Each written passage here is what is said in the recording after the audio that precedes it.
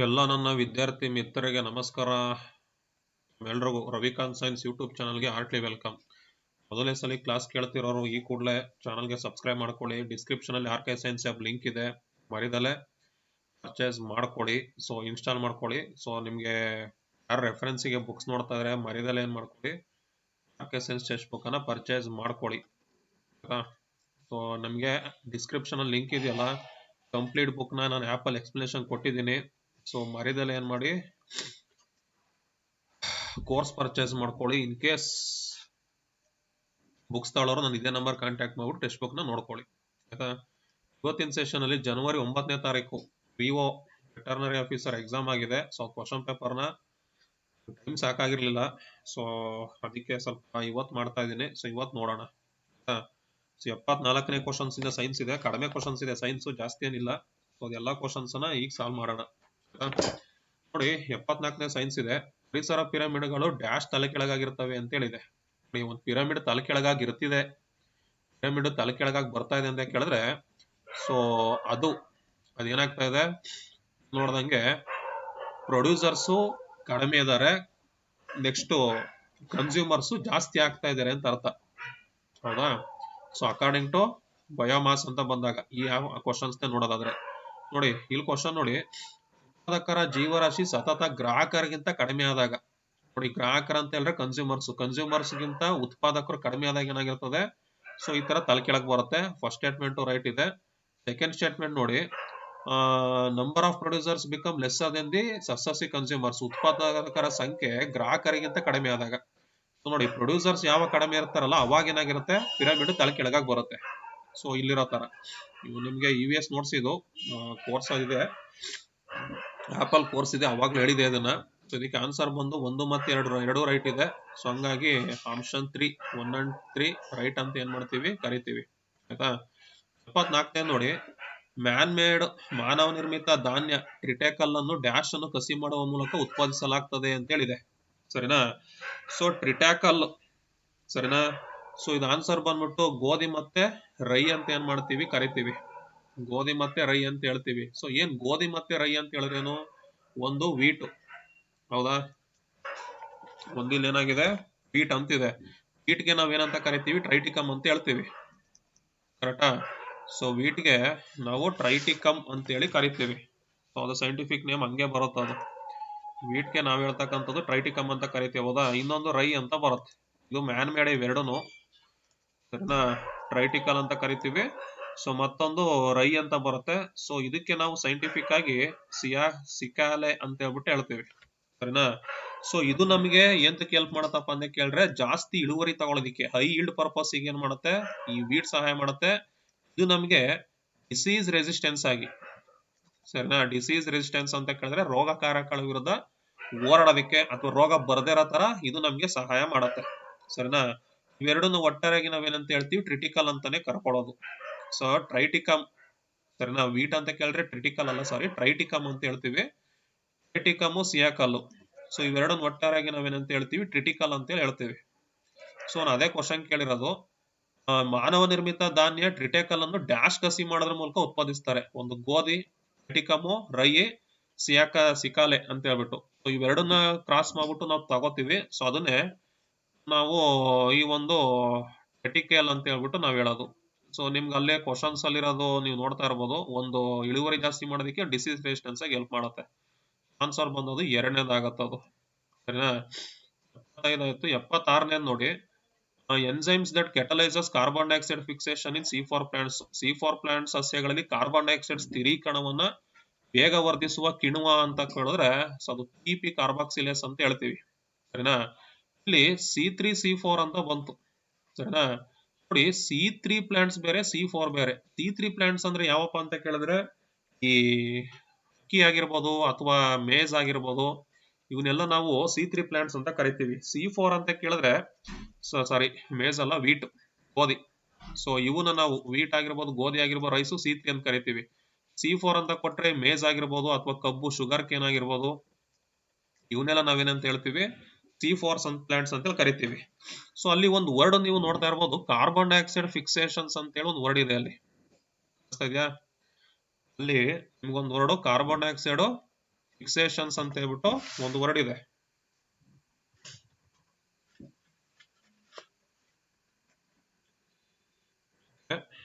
Second app okay ಸರಿನಾ. Carbon dioxide ಫಿಕ್ಸೇಷನ್ಸ್ ಅಂತ ಹೇಳ್ಬಿಟ್ಟು ವರ್ಡ್ ಇದೆ, ಅನಿಸ್ತಾ ಇದೆಯಾ?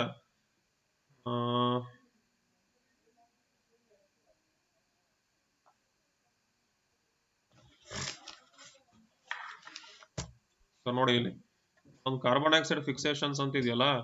ಸೊ ಕಾರ್ಬನ್ ಡೈಆಕ್ಸೈಡ್ ಫಿಕ್ಸೇಷನ್ಸ್ ಅಂತ ಹೇಳಿದ್ರೇನು ಅಂದ್ರೆ ಎನ್ಸೈಮ್ ಸಹಾಯದಿಂದ ಕಾರ್ಬನ್ ಡೈಆಕ್ಸೈಡ್ ಅನ್ನ ನಾವೇನ್ ಮಾಡೋದು ಶುಗರ್ ಆಗಿ ಕನ್ವರ್ಟ್ ಮಾಡೋದು, ಅದಕ್ಕೆ ಕಾರ್ಬನ್ ಡೈಆಕ್ಸೈಡ್ ಫಿಕ್ಸೇಷನ್ಸ್ ಅಂತ ಹೇಳ್ತೀವಿ. ಎನ್ಸೈಮ್ ಸಹಾಯದಿಂದ ನಾವೇನ್ ಮಾಡ್ತಕ್ಕಂಥದ್ದು ಶುಗರ್ ಆಗಿ ಕನ್ವರ್ಟ್ ಮಾಡ್ತಾ ಇದ್ರೆ ಕಾರ್ಬನ್ ಡೈಆಕ್ಸೈಡ್, ಅದಕ್ಕೆ ಕಾರ್ಬನ್ ಡೈಆಕ್ಸೈಡ್ ಫಿಕ್ಸೇಷನ್ಸ್ ಅಂತ ಕರಿತೀವಿ. ಕ್ವಶನ್ ಕೇಳ್ತಾ ಇರೋದು ಈ ರೀತಿ ಕಾರ್ಬನ್ ಡೈಆಕ್ಸೈಡ್ ಅನ್ನ ಶುಗರ್ ಆಗಿ ಕನ್ವರ್ಟ್ ಮಾಡೋದಕ್ಕೆ, ಸಕ್ಕರೆ ಆಗಿ ಕನ್ವರ್ಟ್ ಮಾಡೋದಕ್ಕೆ. ಶುಗರ್ ಅಂತ ಹೇಳಿದ್ರೆ ನಥಿಂಗ್ ಬಟ್ ಗ್ಲೂಕೋಸ್. ಇವಾಗ ನಾವು ಫೋಟೋಸಿಂಥಸಿಸ್ ಆಗ್ತಾ ಇದೆ ಅಂತ ಕೇಳಿದ್ರೆ ಅಲ್ಲಿ ಏನಾಗುತ್ತೆ, ಕಾರ್ಬನ್ ಡೈಆಕ್ಸೈಡ್ ಗ್ಲೂಕೋಸ್ ಆಗಿ ಆಕ್ಸಿಜನ್ ಆಗಿನೇ ಕನ್ವರ್ಟ್ ಆಗೋದು, ಅದು ಬೇಸಿಕ್ ಅದು. ಓಕೆನಾ. ಈ ಕಾರ್ಬನ್ ಡೈಆಕ್ಸೈಡ್ ಏನಾಗುತ್ತೆ, ಸೊ ಶುಗರ್ ಆಗಿ ಕನ್ವರ್ಟ್ ಮಾಡೋದಕ್ಕೆ ಯಾವ ಎನ್ಸೈಮ್ ಬಳಕೆ ಆಗುತ್ತೆ ಅಂತ ಹೇಳಿ ಕೇಳ್ತಾ ಇದ್ದಾರೆ. ಸೊ ಇಲ್ಲಿ ಕಾರ್ಬನ್ ಡೈಆಕ್ಸೈಡ್ ಫಿಕ್ಸೇಷನ್ 2 ಸ್ಟೆಪ್ ಅಲ್ಲಿ ನಡೀತದೆ, 2 ಸ್ಟೇಜಸ್ ಅಲ್ಲಿ ನಡೀತದೆ. ಅದರಲ್ಲಿ ಮೊದಲನೇ ಸ್ಟೇಜ್ ಅಲ್ಲಿ ಈ PEP ಕಾರ್ಬಾಕ್ಸಿಲೇಸ್ ಅಂತಕ್ಕಂಥ ಎನ್ಸೈಮ್ ಜೊತೆ ಸೇರ್ಕೊಂಡು ಅದು ಏನಾಗಿರುತ್ತೆ, ಶುಗರ್ ಆಗಿ ಕನ್ವರ್ಟ್ ಆಗುತ್ತೆ. ಅದೇ ಕ್ವಶನ್ ಕೇಳಿರೋದು PU ಸಿಲೆಬಸ್ ಅಲ್ಲಿ ಇದೆ. ಇದು ನಾನು ಆಪ್ ಕೋರ್ಸ್ ಅಲ್ಲಿ ಕವರ್ ಮಾಡಿದ್ದೀನಿ. C4 ಸಸ್ಯಗಳಲ್ಲಿ ಇಂಗಾಲ ಡೈಆಕ್ಸೈಡ್ ಸ್ಥಿರೀಕರಣವನ್ನು ವೇಗವರ್ಧಿಸುವ ಕಿಣ್ವ ಅಂತ ಕೇಳಿದ್ರೆ ಡಿಯಾಕ್ಸಿ ಕಾರ್ಬಾಕ್ಸಿಲೇಸ್ ಅಂತ ಹೇಳ್ತೀವಿ. 76ನೇದು 2 ಆಗುತ್ತೆ. ನೆಕ್ಸ್ಟ್ ನೋಡಿ, ರೈನ್ಬೋ ಉಂಟಾಗೋದು ಸೇಮ್. ಇದು 2022 group C question cut and paste. 2022 group C paper ನೋಡಿ, ಇದೇ ಕ್ವಶನ್, ಏನು ಚೇಂಜ್ ಇಲ್ಲ. ಕಾಮನ್ ಬಿಲ್ ಉಂಟಾಗೋದಕ್ಕೆ ರೀಸನ್ ನೋಡಿ, ಒಂದು ರಿಫ್ರಾಕ್ಷನ್ ಅಂತ ಹೇಳ್ತೀವಿ, ಇಂಟರ್ನಲ್ ರಿಫ್ಲೆಕ್ಷನ್ಸ್ ಅಂತ ಕರಿತೀವಿ, ಇನ್ನೊಂದು ಡಿಸ್ಪರ್ಷನ್ಸ್ ಅಂತ ಹೇಳ್ತೀವಿ, ಡಿಫ್ಯೂಷನ್ ಅಲ್ಲ. ಅದಕ್ಕೆ 2 ಮತ್ತೆ 3 ಆನ್ಸರ್ 3ನೇದಾಗತ್ತೆ. ಸರಿನಾ. ನೋಡಿ, ಕಾಮನ ಬಿಲ್ ಉಂಟಾಗೋದಕ್ಕೆ ಫಸ್ಟ್ ನೋಡಿ ವಕ್ರೀಭವನ ಆಗತ್ತೆ, ವರ್ಣ ವಿಭಜನೆ ಆಗತ್ತೆ, TR ಆಗತ್ತೆ. ಇದನ್ನ ಆರ್ಡರ್ ವೈಸ್ ನೆನ್ಪಿಟ್ಕೊಳ್ಳಿ. ನಾಳೆ ಎಕ್ಸಾಮ್ ಅಲ್ಲಿ ಕಾಮನ ಬಿಲ್ಲು ಉಂಟಾಗ್ತಕ್ಕಂಥ ಸರಿಯಾದ ಕ್ರಮ ಅಂತ ಕೇಳಿದ್ರು ಕೇಳ್ದ. ಫಸ್ಟ್ ರಿಫ್ರಾಕ್ಷನ್, ಆಮೇಲೆ ಡಿಸ್ಪರ್ಷನ್, ಆಮೇಲೆ ಇಂಟರ್ನಲ್ ರಿಫ್ಲೆಕ್ಷನ್ಸ್ ಅಂತ ಕರಿತೀವಿ. ಸರಿನಾ. ಅದಕ್ಕೆ ಆನ್ಸರ್ ಬಂದು 2 ಮತ್ತೆ 3 ಆಗತ್ತೆ. ಡಿಫ್ಯೂಷನ್ ಅಂತ ಕೊಟ್ಟಿದ್ದೇನೆ, ಡಿಫ್ಯೂಷನ್ ಅಲ್ಲ, ಅದು ಡಿಸ್ಪರ್ಷನ್ ಆಗ್ಬೇಕಾಗಿತ್ತು. ಅದ ಆನ್ಸರ್ ಆಯ್ತಾ. ನೆಕ್ಸ್ಟ್ ನೋಡಿ, ಮೂಲಭೂತ ಕಣಗಳ ಘಟಕ ಇವು. ಮೂಲಭೂತ ಕಣ ಅಂತ ಕೇಳಿದ್ರೆ ನೋಡಿ, ಇಷ್ಟಿನ ಏನ್ ಮಾಡ್ತದೆ, ಪ್ರೋಟಾನ್, ನ್ಯೂಟ್ರಾನ್, ಎಲೆಕ್ಟ್ರಾನ್ಸ್ ಮೇಲೆ ಕ್ವಶನ್ಸ್ ಕೇಳ್ತಾ ಇದ್ದ. ಈಗ ಅದು ಅದನ್ನ ಯಾವ್ದ್ರಿಂದ ಆಗಿರುತ್ತೆ ಅದ್ರ ಬೇಸ್ ಮೇಲೆ ಕ್ವಶನ್ಸ್ ಕೇಳ್ತಾವನಿ. ಸರಿನಾ. ಅದು ಯಾವ್ದ್ರಿಂದ ಆಗ್ತದೆ ಅದ್ರ ಮೇಲೆ ಕ್ವಶನ್ಸ್. ಎಷ್ಟು ಚೆನ್ನಾಗಿದೆ ನೋಡಿ ಪೇಪರ್. ಸರಿನಾ. ನೋಡಿ, ಅದು ಕ್ವಾರ್ಕ್ ಅಂತ ಕರಿತೀವಿ. ಕ್ವಾರ್ಕ್ ಅಂತ ಕೇಳಿದ್ರೆ ಏನಪ್ಪ ಅಂತ ಕೇಳಿದ್ರೆ ನಾವು ಪ್ರೋಟಾನ್, ನ್ಯೂಟ್ರಾನ್, ಎಲೆಕ್ಟ್ರಾನ್ ಕಣಗಳಿಂದ ಕೂಡಿದ ವಸ್ತುಗಳನ್ನು ನೋಡ್ತೇವೆ. ಈ ಕಣಗಳು ಕ್ವಾರ್ಕ್ ಎಂಬ ಉಪಕಣಗಳಿಂದ ಆಗಿರುತ್ತೆ ಅಂತ ಅರ್ಥ. ಈಗ ಎಲೆಕ್ಟ್ರಾನ್, ಪ್ರೋಟಾನ್, ನ್ಯೂಟ್ರಾನ್ ಗೊತ್ತು ನಿಮ್ಗೆ, ಅದು ಏನ್ರಿಂದ ಆಗಿರುತ್ತಪ್ಪ ಅಂತ ಕೇಳಿದ್ರೆ ಕ್ವಾರ್ಕ್ ಇಂದ ಆಗಿರುತ್ತೆ. ಸರಿನಾ. ಇಲ್ಲೊಂದು ನೆನಪಿಡಿ, ಬುಕ್ಕಲ್ಲೇ ಕೊಟ್ಟಿದ್ದೀನಿ, ಕ್ವಾರ್ಕ್ ಬೇರೆ, ಕ್ವಾರ್ಟ್ಸ್ ಬೇರೆ. ಕ್ವಾರ್ಟ್ಸ್ ಅಂತ ಕೇಳಿದ್ರೆ ಸಿಲಿಕಾನ್ ಮತ್ತೆ ಆಕ್ಸಿಜನ್ ಇಂದ ಆಗಿರ್ತಕ್ಕಂಥದ್ದು ಅಂತ ಅರ್ಥ. ಕ್ವಾರ್ಕ್ ಬೇರೆ, ಕ್ವಾರ್ಟ್ಸ್ ಬೇರೆ, ನೆನ್ಪಿಡ್ಕೊಳ್ಳಿ. ಸೊ ಇಲ್ಲಿ ಅದಕ್ಕೆ ಇಲ್ಲಿ ನೋಡಿದಾಗ 78ನೇದು ಬಂದ್ಬಿಟ್ಟು, ಸೊ ಕ್ವಾರ್ಕ್ ಮತ್ತೆ ಲೆಪ್ಟಾನ್ಸ್ ಇಂದ ಏನಾಗಿರುತ್ತೆ, ಇದು ಆಗಿರುತ್ತೆ. 78ನೇ 4 ಅಂತ ಏನ್ ಮಾಡ್ತೀವಿ ನಾವು ಕರಿತೀವಿ. ಸರಿನಾ. ಮೂಲಭೂತ ಕಣಗಳ ಘಟಕ ಲೆಪ್ಟಾನ್ಸ್ ಮತ್ತು ಕ್ವಾರ್ಕ್ ಅಂತ ಹೇಳಿ. Sun spots works on the principle of, ಸೌರ ಕಲೆಗಳು ಯಾವ ಪ್ರಿನ್ಸಿಪಲ್ ಮೇಲೆ ವರ್ಕ್ ಆಗತ್ತೆ ಅಂತ ಹೇಳ್ಬಿಟ್ಟು ಜಿಯೋಗ್ರಫಿ ಬೇಸ್ ಮೇಲೆ ಇದೆ. ಸೌರ ಕಲೆ ಹೆಸರು ಹೇಳ್ತಾ ಇದೆ, ಸೋಲಾರ್ ಡೈನಮೋ ಅಂತ ಹೇಳ್ಬಿಟ್ಟು ಏನ್ ಮಾಡ್ತೀವಿ, ಸೊ ನಾವು ಕರಿತೀವಿ. ಸೋಲಾರ್ ಡೈನಮೋ ಬೇಸ್ ಮೇಲೆ ಅದೇನಾಗಿರುತ್ತೆ, ವರ್ಕ್ ಆಗತ್ತೆ. ಸರಿನಾ. ನೆಕ್ಸ್ಟ್, ರಾಮನ್ ಎಕ್ಸ್ಪೆರಿಮೆಂಟ್ ಮಾಡ್ಬೇಕಾದ್ರೆ ಯಾವ ಒಂದು ಧಾತುಗಳನ್ನ ಬಳಕೆ ಮಾಡ್ಕೊಂಡ್ರು. ರಾಮನ್ ಪ್ರಯೋಗದಲ್ಲಿ ಏನನ್ನ ದುಂಡು ತಳದ ಫ್ಲಾಸ್ಕ್ ನಲ್ಲಿ ಡ್ಯಾಶ್ ತುಂಬಿರುತ್ತದೆ ಅಂತ ಕೇಳಿದಾನೆ. But actually question, Raman experiment ಮಾಡ್ಬೇಕಾದ್ರೆ 2 ಸಾವಯವ ದ್ರವ ಆರ್ಗ್ಯಾನಿಕ್ ಮೆಟೀರಿಯಲ್ಸ್ ಅನ್ನ ಬಳಕೆ ಮಾಡ್ಕೊಂಡಿರ್ತಾರೆ. ಅದೇ ಬೆನ್ಸಿನ್ ಮತ್ತೆ ಟಾಲಿನ್ ಬುಕ್ಕಲ್ಲಿ ಇದೆ. ಹೌದಾ. ಸೊ ಎಲ್ಲಾ ಕ್ವಶನ್ಸ್ ತೋರ್ಸಕ್ಕಾಗಲ್ಲ, ಅದಕ್ಕೆ ಕೆಲವೊಂದು ಹಾಕೊಂಡಿದ್ದೀನಿ. ಸೊ ಅದು ಬೆನ್ಸಿನ್ ಮತ್ತೆ ಟಾಲಿನ್. ಸೊ ಇಲ್ಲಿ ಆನ್ಸರ್ 3ನೇದಿದೆ. ಸೊ ಆನ್ಸರ್ ಏನಾಗಿರ್ತದೆ, ಬೆನ್ಸಿನ್ ಅಂತ ಏನ್ ಮಾಡ್ತೀವಿ ನಾವು ಕರಿತೀವಿ. ರಾಮನ್ ಎಕ್ಸ್ಪೆರಿಮೆಂಟ್ ಒಂದು ಬೆನ್ಸಿನ್ ಅಂತ ಹೇಳ್ತೀವಿ. ಭಾರತದ ಮೊದಲ ಸ್ವದೇಶಿ ನಿರ್ಮಿತ ಸ್ವದೇಶಿ ಏರ್ಕ್ರಾಫ್ಟ್ ಅಂದ್ರೆ ಇಂಡಿಯಾದಲ್ಲೇ ತಯಾರು ಮಾಡಿರ್ತಕ್ಕಂಥದ್ದು ಯಾವುದು ಅಂತ ಹೇಳ್ಕೊಟ್ಟಿದ್ದಾನೆ. ಅದು INS ವಿಕ್ರಾಂತ್. 2022ರಲ್ಲಿ ಸೇವೆಗೆ ಸೇರಿಸಲಾಗಿದೆ. 2022ರಲ್ಲಿ ಸೇವೆಗೆ ಇದನ್ನ ಸೇರಿಸಲಾಗಿದೆ. ಸೊ ಅದಕ್ಕೆ ಆನ್ಸರ್ ಬಂದ್ಬಿಟ್ಟು ಅದೇನಾಗಿರುತ್ತೆ, 81ನೇದು 1 ಆಗತ್ತ ಅದು. ಅರ್ಥ ಆಯ್ತಾ. ನೆಕ್ಸ್ಟ್ ಅದಾದ್ರೆ ನೆಕ್ಸ್ಟ್ ನೋಡಿ, 82ನೇ ನೋಡಿ, LHC ಅಂತಕ್ಕಂಥದ್ದು ಪ್ರಸ್ತುತ ಪ್ರಪಂಚದ ಅತಿ ದೊಡ್ಡ ಶಕ್ತಿಶಾಲಿ ಕಣ ಆಕ್ಸಿಲರೇಟರ್. ಪಾರ್ಟಿಕಲ್ ಆಕ್ಸಿಲರೇಟರ್ ಅಂತ ಹೇಳಿದ್ರೆ ಅವುಗಳ ವೇಗನ ಜಾಸ್ತಿ ಮಾಡ್ತಕ್ಕಂಥದ್ದು, ಒಂಥರ ಸೈಕ್ಲೋಟ್ರಾನ್ ಇದ್ದಂಗೆ. ಅದು ಎಲ್ಲಿದೆ ಅಂತ ಕೇಳಿದಾನಷ್ಟೇ, ಸರಿನಾ. ಸೊ ಅದು ಬರ್ತಕ್ಕಂಥದ್ದು ಜಿನೇವಾದಲ್ಲಿದೆ. ಅದು ಬರ್ತಕ್ಕಂಥದ್ದು ಜಿನೇವಾ ಅಂತ ಏನ್ ಮಾಡ್ತೀವಿ ಕರಿತೀವಿ. ಇದು ಜಿಯೋಗ್ರಫಿ ನಮಗ್ ಬೇಡ. ನೆಕ್ಸ್ಟ್ ನೋಡಿ, ಉಸಿರಾಟದ ತಲಾಧಾರ ಡ್ಯಾಶ್ ಆಗಿರುವಾಗ ಉಸಿರಾಟದ ಅಂಶವು ಮೌಲ್ಯ 1ಕ್ಕಿಂತ ಕಡಿಮೆ ಇರ್ತದೆ ಅಂತ ಕೇಳಿದಾನೆ, ಸರಿನಾ. ಅಂದ್ರೆ ಉಸಿರಾಟದ ರೆಸ್ಪಿರೇಟರಿ ಕೋಶಂಟ್ ಅಂತ ಕೇಳ್ತಾ ಇದ್ದಾನೆ. The value of respiratory quotient less than 1 ಯಾವಾಗಿರುತ್ತೆ ಅಂತ ಹೇಳಿ, ಸರಿನಾ. ಸೊ ಒಂದ್ ಅರ್ಥ ಮಾಡ್ಕೊಳ್ಳಿ, ಈ ರೆಸ್ಪಿರೇಟರಿ ಕೋಶಂಟ್ ಅಂದ್ರೆ ಏನಪ್ಪಾ ಅಂತ ಕೇಳಿದ್ರೆ RQ ಅಂತ ಕರಿತೀವಿ. It is equal to carbon dioxide released, ಬಿಡುಗಡೆ ಆಗಿರ್ತಕ್ಕಂಥ carbon dioxide divided by oxygen consumed ಅಂತ ಹೇಳ್ತೀವಿ. ಆಕ್ಸಿಜನ್ ನ ಸೇವಿಸಿರ್ತಕ್ಕಂಥದ್ದು ಕಾರ್ಬನ್ ಡೈಆಕ್ಸೈಡ್ ನ ಬಿಡುಗಡೆ ಮಾಡಿರ್ತಕ್ಕಂಥದ್ದು ಅಂತ ಅರ್ಥ. ಅದಕ್ಕೆ ನಾವೇನಂತ ಹೇಳೋದು ರೆಸ್ಪಿರೇಟರಿ ಕೋಶಂಟ್ಸ್ ಅಂತ ಕರಿತೀವಿ. ಹಿಂಗ ಅಂದ್ರೆ ಏನಪ್ಪಾ ಅಂತ ಹೇಳಿದ್ರೆ ಬಹಳ ಸಿಂಪಲ್. ಈಗ ಫುಡ್ ಕಾಂಪೋನೆಂಟ್ಸ್ ಅಲ್ಲಿ ಮೇನ್ ಆಗಿ ಯಾವ್ಯಾವ್ದು ಬರ್ತಾವೆ ಹೇಳಿ? ಕಾರ್ಬೋಹೈಡ್ರೇಟ್ಸ್ ಬರುತ್ತೆ. ಸೊ ಕಾರ್ಬೋಹೈಡ್ರೇಟ್ಸ್ ಅಂತ ಕೇಳಿದ್ರೆ ಅಕ್ಕಿ, ಗೋಧಿ ಇಂಥವು. ನೆಕ್ಸ್ಟ್ ಫ್ಯಾಟ್ ಬರುತ್ತೆ, ಸರಿನಾ. ಪ್ರೋಟೀನ್ಸ್ ಬರುತ್ತೆ, ಹೌದಾ. ಅಥವಾ ಮಿಕ್ಸ್ಡ್ ಡಯಟ್ ಅಂತ ಹೇಳ್ಬೋದು. ಸ್ವಲ್ಪ ನೆನ್ಪಿಡ್ಕೊಳ್ಳಿ, ಅಂದ್ರೆ ಎಲ್ಲಾ ತರಾನು ಮಿಕ್ಸ್ ಮಾಡಿ ತಿಂತಾ ಇದೀವಿ ಅಂತ ಅರ್ಥ. ಅಥವಾ ವಾಯುರಹಿತ ಅನ್ಎರೋಬಿಕ್ ಅಂತ ಏನ್ ಮಾಡ್ತೀವಿ ನಾವು ಕರಿತೀವಿ, ವಾಯುರಹಿತ ಬರುತ್ತೆ. ಇಷ್ಟ ತರ ಬರುತ್ತೆ ನೋಡಿ. ಕಾರ್ಬೋಹೈಡ್ರೇಟ್ಸ್ ಗಳದ್ದು ರೆಸ್ಪಿರೇಟರಿ ಕೋಶನ್ಸ್ ಎಷ್ಟಿರ್ತದಪ್ಪ ಅಂತ ಕೇಳಿದ್ರೆ 1. ಅಂದ್ರೆ ಏನಪ್ಪಾ ಅಂತ ಕೇಳಿದ್ರೆ ಎಷ್ಟು ಕಾರ್ಬನ್ ಡೈಆಕ್ಸೈಡ್ ಬಿಡುಗಡೆ ಆಗ್ತಾ ಇದೆಯೋ, ಸರಿನಾ, ಅಷ್ಟೇ ಏನಾಗ್ತಾ ಇದೆ ಆಕ್ಸಿಜನ್ ಅನ್ನ ಬಳಕೆ ಆಗ್ತಾ ಇದೆ ಅಂತ ಅರ್ಥ 1 ಅಂತ ಹೇಳಿದ್ರೆ, ಸರಿನಾ. ಫ್ಯಾಟ್ ಅಂದ್ರೆ ಎಷ್ಟು ಬರ್ತದಪ್ಪ ಅಂತ ಕೇಳಿದ್ರೆ 0.7 ಬರ್ತದೆ. ಅಂದ್ರೆ ಆಕ್ಸಿಜನ್ ಜಾಸ್ತಿ ಬಳಕೆ ಆಗ್ತಾ ಇದೆ ಅಂತ ಅರ್ಥ. ಆಕ್ಸಿಜನ್ ಜಾಸ್ತಿ ಬಳಕೆ ಆಗ್ತಾ ಇದೆ, ಕಾರ್ಬನ್ ಡೈಆಕ್ಸೈಡ್ ಕಡಿಮೆ ಬಿಡುಗಡೆ ಆಗ್ತಾ ಇದೆ ಅಂತ ಅರ್ಥ, ಸರಿನಾ. ಪ್ರೋಟೀನ್ಸ್ ಎಷ್ಟು ಬರ್ತದಪ್ಪ ಅಂತ ಕೇಳಿದ್ರೆ 0.8 ಇಂದ 0.9 ಇರುತ್ತೆ. ಸೊ ಇದು ಮಾಡರೇಟ್ ಆಕ್ಸಿಜನ್ ಕನ್ಸಂಪ್ಷನ್ ಅಂತ ಹೇಳ್ತೀವಿ. ಅಂದ್ರೆ ಸಾಮಾನ್ಯ ಮಿಡಲ್ ಆಗಿರ್ತದೆ. ಮಾಡರೇಟ್ ಆಕ್ಸಿಜನ್ ಕನ್ಸಂಪ್ಷನ್ ಅಂತ ಏನ್ ಮಾಡ್ತೀವಿ ನಾವು ಕರಿತೀವಿ, ಸರಿನಾ. ಮಿಕ್ಸ್ಡ್ ಡಯಟ್ ಎಷ್ಟು ಬರ್ತದಪ್ಪ ಅಂತ ಕೇಳಿದ್ರೆ 0.85 ಬರುತ್ತೆ. ವಾಯುರಹಿತ ಎಷ್ಟಿರ್ತದಪ್ಪ ಅಂತ ಕೇಳಿದ್ರೆ ಅದು ಇನ್ಫಿನಿಟಿ ಇರುತ್ತೆ. ಆಕ್ಸಿಜನ್ ಏನಾಗಲ್ಲ ಇಲ್ಲಿ ಬಳಕೆ ಆಗಲ್ಲ. ಆಕ್ಸಿಜನ್ ನಾಟ್ ಯೂಸ್ಡ್ ಅಂತ ಏನ್ ಮಾಡ್ತೀವಿ ನಾವು ಕರಿತೀವಿ, ಸರಿನಾ. ಇದ್ರಿಂದ ನಮ್ಗೆ ಏನ್ ಗೊತ್ತಾಗತ್ತಪ್ಪ ಅಂತ ಹೇಳಿದ್ರೆ ಎಲ್ಲಿ 1ಗಿಂತ ಕಡಿಮೆ ಬರ್ತದಲ್ಲ ರೆಸ್ಪಿರೇಟರಿ ಕೋಶಂಟ್, ಅವಾಗ ಆಕ್ಸಿಜನ್ ಜಾಸ್ತಿ ಬಳಕೆ ಆಗ್ತಾ ಇದೆ ಅಂತ ಹೇಳಿ ನಾವು ಅರ್ಥ ಮಾಡ್ಕೋಬಹುದು. ಈಕ್ವಲ್ 1 ಇದ್ರೆ ಕಾರ್ಬನ್ ಡೈಆಕ್ಸೈಡ್ ಬಿಡುಗಡೆ ಅಂತಕ್ಕಂಥದ್ದು ಆಕ್ಸಿಜನ್ ಬಳಕೆಗೆ ಸಮ ಇರುತ್ತೆ ಅಂತ ಅರ್ಥ. ಸೊ ಇಷ್ಟೇ ಡಿಫ್ರೆನ್ಸ್. ಅಥವಾ ಕ್ವಶನ್ ನಿಮ್ಗೆ ಹೆಂಗ್ ಕೇಳ್ಬೋದಪ್ಪ ಅಂತ ಕೇಳಿದ್ರೆ ಕಾರ್ಬೋಹೈಡ್ರೇಟ್ ಇವಾಗ ಫ್ಯಾಟ್ 14 ಕಾರ್ಬನ್ ಡೈಆಕ್ಸೈಡ್ ಅನ್ನ ಬಿಡುಗಡೆ ಮಾಡ್ತಾ 14 ಪಟ್ಟು ರಿಲೀಸ್ ಮಾಡ್ತಾ ಇದ್ರೆ 20 ಪಟ್ಟು ಆಕ್ಸಿಜನ್ ಅನ್ನ ಬಳಕೆ ಮಾಡ್ತಾ ಇದ್ರೆ ರೆಸ್ಪಿರೇಟರಿ ಕೋಶಂಟ್ ಏನು ಅಂತ ಕೇಳ್ತಾನೆ. ಅವಾಗ 14/7 ಮಾಡ್ತೀರಾ. ಸೊ ಅದ್ಬೇಡ, 20 ಅಂತ ಮಾಡ್ಕೊಳ್ಳಿದನ. ಅಂದ್ರೆ 14 ಕಾರ್ಬನ್ ಡೈಆಕ್ಸೈಡ್ ರಿಲೀಸ್ ಮಾಡ್ತಾ ಇದೆ, 20 ಆಕ್ಸಿಜನ್ ರಿಲೀಸ್ ಮಾಡ್ತಾ ಇದೆ ಅಂತ ತಿಳ್ಕೊಳ್ಳಿ. ಅವಾಗ ರೆಸ್ಪಿರೇಟರಿ ಕೋಶಂಟ್ ಏನು? ಕಾರ್ಬನ್ ಡೈಆಕ್ಸೈಡ್ 14 ಪಟ್ಟು ರಿಲೀಸ್ ಮಾಡ್ತಾ ಇದೆ, ಆಕ್ಸಿಜನ್ 20 ಕನ್ಸ್ಯೂಮ್ ಮಾಡ್ತಾ ಇದೆ. ಅವಾಗ ಎಷ್ಟಾಗುತ್ತೆ?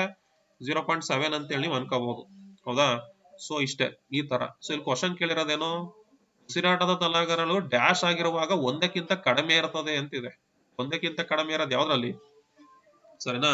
ಸೊ ನಮ್ಗೆ 1ಕ್ಕಿಂತ ಕಮ್ಮಿ ಬಂದಿರೋದು ಈ ಒಂದು ಫ್ಯಾಟ್ ಮತ್ತೆ ಪ್ರೋಟೀನ್ಸ್ ಅಲ್ಲಿ, ಹೌದಾ. ಅದಕ್ಕೆ ಇದು 84ನೇದು ಏನಾಗತ್ತಪ್ಪ ಅಂತ ಕೇಳಿದ್ರೆ 1 ಆನ್ಸರ್ ಆಗತ್ತೆ. 84ನೇದು 1 ಅಂತಕ್ಕಂಥದ್ದು ಆನ್ಸರ್ ಆಗತ್ತೆ. ಕ್ಲಿಯರಾ? ಸೊ ಇಷ್ಟೇ ಕಾನ್ಸೆಪ್ಟ್. ಸೊ ನೋಡಿ, ಈಗ ವಿಟಮಿನ್ಸ್ ನಾನು ಬರೀಲಿಲ್ಲ. ಒಂದ್ ಅರ್ಥ ಮಾಡ್ಕೊಳ್ಳಿ, ಈ ವರ್ಡ್ಸ್ ಗಳು ನೆನ್ಪಿಡ್ಕೊಳ್ಳಿ. ನೆಕ್ಸ್ಟ್ ಕೇಳ್ಬೋದು ಕಾರ್ಬೋಹೈಡ್ರೇಟ್ಸ್ ಎಷ್ಟು, ಫ್ಯಾಟ್, ಪ್ರೋಟೀನ್ಸ್ ಎಷ್ಟು. ಇದು ವಿಟಮಿನ್ಸ್ ನಾನು ಇಲ್ಲಿ ಬರೀಲಿಲ್ಲ. ವಿಟಮಿನ್ಸ್ ಯಾಕೆ ಬರ್ದಿಲ್ಲಪ್ಪ ಅಂತ ಕೇಳಿದ್ರೆ ಅವು ಎನರ್ಜಿನ ಏನ್ ಮಾಡೋದಿಲ್ಲ, ಸೊ ಜಾಸ್ತಿ ರಿಲೀಸ್ ಮಾಡಕ್ ಹೋಗಲ್ಲ, ಅಲ್ವಾ. ಸೊ ಹಂಗಾಗಿ ವಿಟಮಿನ್ಸ್ ಏನು ನಾನು ಬರೆಯಕ್ ಹೋಗಿಲ್ಲ, ಅದು ಬರೋದು ಇಲ್ಲ. ವಿಟಮಿನ್ಸ್ ಗೆ ಯಾವುದೇ ರೀತಿ RQ ಇರಲ್ಲ. ರೆಸ್ಪಿರೇಟರಿ ಕೋಶನ್ ವಿಟಮಿನ್ಸ್ ಬರೋದಿಲ್ಲ, ಸರಿನಾ. ನೋ RQ ಅಂತ ಹೇಳ್ತೀವಿ, ಆಯ್ತಾ. ನೆಕ್ಸ್ಟ್ 85ನೇ ನೋಡಿ, when the cell is fully turgid, when the which of the following becomes 0. ಕೋಶವು ಸಂಪೂರ್ಣವಾಗಿ ಬಾತ್ಕೊಂಡಿರುವಾಗ, ಟರ್ಜಿಡ್ ಇದ್ದಾಗ ಯಾವುದು ಶೂನ್ಯವಾಗಿರ್ತದೆ ಅಂತ ಕೇಳ್ತಾ ಇದ್ದಾನೆ, ಸರಿನಾ. ಸೊ ಶೂನ್ಯವಾಗಿರ್ತಕ್ಕಂಥದ್ದು DPD ಅಂತಕ್ಕಂಥದ್ದು ಏನಾಗಿರ್ತದೆ, ಶೂನ್ಯ ಇರುತ್ತೆ. DPD ಅಂತ ಕೇಳಿದ್ರೆ ಏನು? ಡಿಫ್ಯೂಷನ್ ಪ್ರೆಷರ್ ಡಿಫಿಸಿಟ್ ಅಂತ ಕರಿತೀವಿ. ಡಿಫ್ಯೂಷನ್ ಪ್ರೆಷರ್ ಡಿಫಿಸಿಟ್ ಅಂತ ಹೇಳಿದ್ರೇನು? Cell's capacity to absorb water. ಯಾವುದೇ ಒಂದು ಕೋಶ ಅಥವಾ ಕಡಲೆಕಾಯಿ ಅಂತ ತಗೊಳ್ಳಿ, ಯಾವುದೇ ಒಂದು ಸೆಲ್ ತಗೊಳ್ಳಿ, ನೀರನ್ನ ಹೀರ್ಕೊಳ್ತಕ್ಕಂಥ ಸಾಮರ್ಥ್ಯನ ನಾವು DPD ಅಂತ ಕರಿತೀವಿ. Ability of cell to absorb the water ಅಂತ ಹೇಳ್ತೀವಿ. ಅದಾಯ್ತಾ? ಸೊ ಅಲ್ಲಿ ಕ್ವಶನ್ ಕೇಳಿರೋದು ಏನಪ್ಪಾ ಅಂತ ಕೇಳಿದ್ರೆ, which of the following cell is fully turgid, is the following will be zero ಅಂತ ಕೇಳ್ತಾ ಇದ್ದಾನೆ. ಕೋಶ ಸಂಪೂರ್ಣ ಬಾತ್ಕೊಂಡಿರ್ಬೇಕಾದ್ರೆ ಯಾವ್ದು ಝೀರೋ ಆಗತ್ತಪ್ಪ ಅಂತ ಹೇಳಿದ್ರೆ DPD ಅಂತಕ್ಕಂಥದ್ದು ಏನಾಗಿರ್ತದೆ, ಝೀರೋ ಆಗುತ್ತೆ. ಸೊ DPD ಅಂತಕ್ಕಂಥದ್ದು ಆನ್ಸರ್ ಅದು. ನೆಕ್ಸ್ಟ್ ನಿಮಗೆ ಡಿಫ್ಯೂಷನ್ ಪ್ರೆಷರ್ ಡಿಫಿಸಿಟ್ ಅಂತ ಹೇಳ್ತೀವಿ. 85 ಆದ್ಮೇಲೆ ನಿಮಗೆ 86 ಯಾವ್ದು ಸೈನ್ಸ್ ಇಲ್ಲ. ನೆಕ್ಸ್ಟ್ ಇಲ್ಲಿದೆ ನೋಡಿ, 95ನೇ ನೋಡಿ, ಕಾಣಿಸ್ತಾ ಇದೆಯಾ? 95ನೇದು. ಸೊ GK ಬೇಸ್ ಮೇಲೆ, ಸಾರಿ ಜಿಯೋಗ್ರಫಿ ಬೇಸು US ಬೇಸ್ ಇದೆ. ಬಾವಲಿ ಸಂರಕ್ಷಣಾ ವಲಯ ಅದು ಬರ್ತಕ್ಕಂಥದ್ದು ಹನುಮನಹಳ್ಳಿಯಲ್ಲಿ, ಸರಿನಾ? ನೆಕ್ಸ್ಟ್ ಪಕ್ಷಿ ಸಂರಕ್ಷಣಾ ಮೀಸಲು ವಲಯ ಅಂತಿದೆ, ಅದು ಅಂಕ ಸಮುದ್ರದಲ್ಲಿ ಬರುತ್ತೆ, ಸರಿನಾ? ನವಿಲು ಸಂರಕ್ಷಣಾ ವಲಯ ಬರೋದು ಬಂಕಾಪುರದಲ್ಲಿದೆ. ನೀರ್ನಾಯಿ ಸಂರಕ್ಷಣಾ ಬರೋದು ತುಂಗಭದ್ರದಲ್ಲಿ ಬರುತ್ತೆ, ಸರಿನಾ? ಅದು ಆಕ್ಚುಲಿ 95ನೇದು 1 ಆಗತ್ತ ಆನ್ಸರ್. ಸೊ ಸೈನ್ಸ್ ಏನ್ ಜಾಸ್ತಿ ಕ್ವಶನ್ಸ್ ಕೇಳಿಲ್ಲ, ಇಷ್ಟೇ ಕೇಳಿದ್ದಾನೆ. ಬಟ್ ಕೇಳಿವೆಲ್ಲ ಸ್ವಲ್ಪ PU ಸಿಲೆಬಸ್ ಕೇಳಿದ್ದಾನೆ, ಯಾಕಂದ್ರೆ ವೆಟರ್ನರಿ ಆಫೀಸರ್ ಅಲ್ವಾ, PU ಸಿಲೆಬಸ್ ಕೇಳಿದ್ದಾನೆ. ಸೊ ಇದು ಇವತ್ತಿನ ಡಿಸ್ಕಷನ್. ಸೊ ವಿಡಿಯೋನ ಲೈಕ್ ಮಾಡಿ, ಸಬ್ಸ್ಕ್ರೈಬ್ ಮಾಡಿ, ಶೇರ್ ಮಾಡೋದು ಮರಿಬೇಡಿ. ಮತ್ತೆ description RK science app link ಇದೆ, ಆಪ್ ಥ್ರೂ ಕೋರ್ಸ್ ಪರ್ಚೇಸ್ ಮಾಡ್ಕೊಳ್ಳಿ. ಕಂಪ್ಲೀಟ್ ಬುಕ್ ನಿಮ್ಗೆ ಎಕ್ಸ್ಪ್ಲೇಷನ್ ಇದೆ. 2,000 ಕ್ವಶನ್ಸ್ ನಿಮ್ಗೆ MCQ ಅಪ್ಲೋಡ್ ಇದೆ.